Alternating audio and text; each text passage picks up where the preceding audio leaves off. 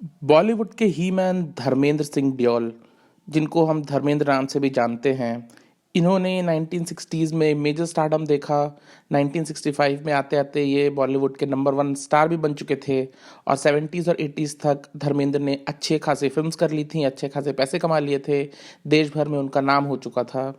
लेकिन बहुत कम लोग ये जानते हैं कि धर्मेंद्र ने 1980 में 45 साल की उम्र में दूसरी शादी की थी हेमा मालिनी से। वो ऑलरेडी मैरिड थे, लेकिन 1980 में उन्होंने दूसरी शादी की थी और दूसरी शादी करने से पहले वो इस्लाम में कन्वर्ट हो गए थे। जी हाँ, धर्मेंद्र साहब हिंदुइज्म को छोड़ करके इस्लाम में कन्वर्ट हो गए थे 1980 में। एंड क्या है पूरा मामला, इसी बारे में मैं आपको बताऊंगा। तो जैसा कि हम सब जानते हैं कि धर्मेंद्र साहब के 6 बच्चे हैं, जिसमें से 2 मेजर हीरोज हैं, सनी देओल एंड बॉबी देओल, और उनकी एक बेटी भी हैं, ईशा देओल, जो कि फिल्मों में आई थी। सनी देओल के अलावा बॉबी देओल और ईशा देओल ने बहुत ज़्यादा नाम और बहुत ज़्यादा प्रख्याति तो नहीं कमाई, लेकिन अपने लिए ठीक ठाक काम तो कर ही लिया बॉबी और ईशा दोनों ने। सनी देओल मेजर स्टार थे और सनी देओल ने नेशनल अवार्ड भी जीता।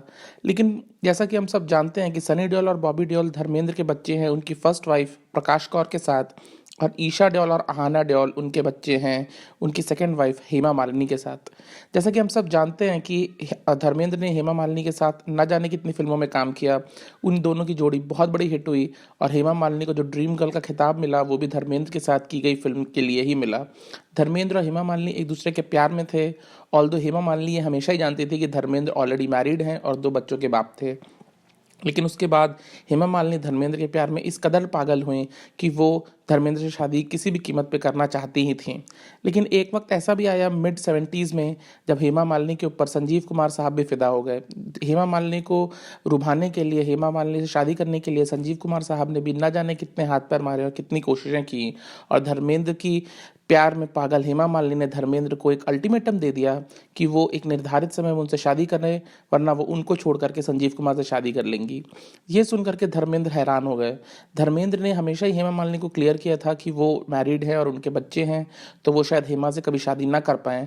लेकिन जब हेमा मालिनी ने धर्मेंद्र को अल्टीमेटम दे दिया कि आप मुझसे शादी करिए, वरना मैं संजीव कुमार से के साथ शादी करके सेटल हो जाऊंगी, तो ये सुन करके धर्मेंद्र के हाथ पैर फूल गए। धर्मेंद्र जानते थे कि संजीव कुमार साहब हेमा मालिनी के प्यार में एकदम ही फिदा हैं, वो एकदम ही हेमा मालिनी के ऊपर लट्टू थे। इसलिए धर्मेंद्र ये जान चुके थे कि अगर वो हेमा मालिनी से शादी नहीं करते हैं तो हेमा संजीव कुमार की हमेशा हमेशा के लिए हो जाएंगी।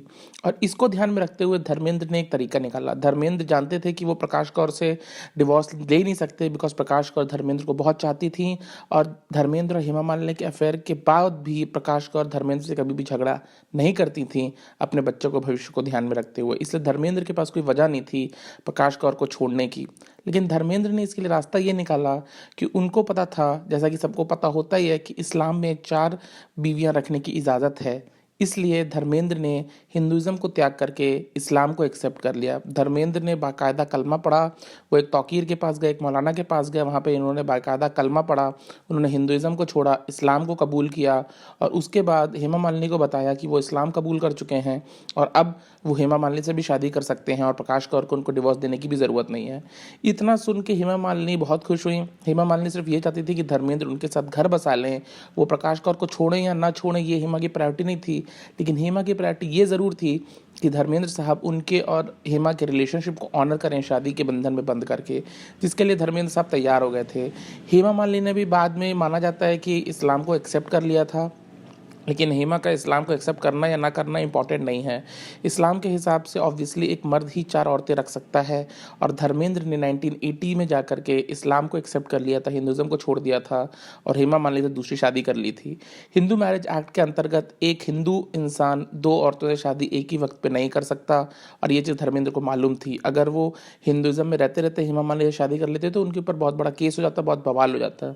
इसलिए धर्मेंद्र ने तरीका निकाला, उन्होंने हिंदुज़म को छोड़ दिया, इस्लाम को एक्सेप्ट किया और हेमा मालिनी से दूसरी शादी कर ली। ऑल्दो आज की डेट में धर्मेंद्र कोई प्रैक्टिसिंग मुस्लिम नहीं है, वो हिंदू ही हैं। किसी भी वे में उनका रहन सहन, उनका पहनावा, उनकी बोलचाल, उनके जीवन शैली से ये पता नहीं चलता है कि वो इस्लामिक वे में जी रहे हैं। लेकिन हाँ, समाज की आंखों में धूल झोंकने के लिए, कानून की आंखों में धूल झोंकने के लिए धर्मेंद्र साहब ने हिंदुज़म को छोड़ दिया, इस्लाम को कबूल किया और हेमा मालिनी से 1980 में शादी की, और आज तक उनकी दोनों शादियाँ प्रकाश कौर के साथ और हेमा मालिनी के साथ शादी बरकरार है।